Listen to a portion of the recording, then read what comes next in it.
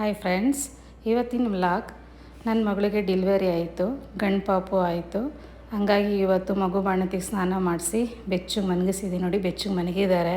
ಮತ್ತು ಅವ್ರು ಮನಗಿರುವಾಗೆ ತಾನೇ ನಾವು ಎಲ್ಲ ಕೆಲಸ ಮಾಡ್ಕೋಬೇಕು. ಮತ್ತು ಭಾನುವಾರಕ್ಕೆ ನಮ್ಗೆ 9 ದಿನ ಆಗುತ್ತೆ, ಸೂತ ಕಳ್ಕೋಬೇಕು. ಹಾಗಾಗಿ ನಾನು ಒಬ್ಳು ಕೈಯಲ್ಲೇ ಆಗಲ್ಲ ಅಂದ್ಬಿಟ್ಟು ನಾನು ವಾರಗಿತ್ತಿದಿನ ಕರೆಸ್ಕೊಂಡಿದ್ದೀನಿ. ಅವರು ಬಂದು ನೋಡಿ ಪಾಪ ಎಲ್ಲ ತುಂಬ ಹೆಲ್ಪ್ ಮಾಡಿಕೊಡ್ತಾ ಇದ್ದಾರೆ. ಅವರು 9 ದಿನ ತನಕ ನಮ್ಮ ಮನೇಲೇ ಇದ್ದು ನನಗೇನು ಬೇಕೋ ಎಲ್ಲ ಹೆಲ್ಪ್ ಮಾಡಿಕೊಡ್ತಾ ಇದ್ದಾರೆ. ಅವರು ಕೆಲಸ ಕಾರ್ಯಗಳೆಲ್ಲ ರಜೆ ಹಾಕಿ ಬಂದಿದ್ದಾರೆ. ನೋಡಿ, ಹೆಲ್ಪ್ ಮಾಡ್ತಾ ಇದ್ದಾರೆ. ಮತ್ತು ಬಾಣಂತಿಗೆ ಬೇಕಾಗಿರೋಂಥ ಚಟ್ನಿ ಪುಡಿ ಆಗಲಿ ಎಲ್ಲ ಅವ್ರಿಗೇನು ಬೇಕೋ ಎಲ್ಲ ನಾನು ಇವ್ರ ಕೈಯಲ್ಲಿ ಮಾಡಿಸ್ಕೋಬೇಕು. ಯಾಕಂದರೆ ಒಬ್ಳು ಕೈಯಲ್ಲಿ ಆಗಲ್ಲ, ಮಗು ಇರೋದ್ರಿಂದ ಮಗುನೂ ಸುಧಾರಿಸ್ಕೊಂಡು ಬಾಣ್ತಿನೂ ನೋಡ್ಕೊಂಡು ನನ್ನ ಕೈಯಲ್ಲಿ ಆಗದೇ ಇರೋದ್ರಿಂದ ಇವ್ರನ್ನ ಕರೆಸ್ಕೊಂಡಿದ್ದೀನಿ.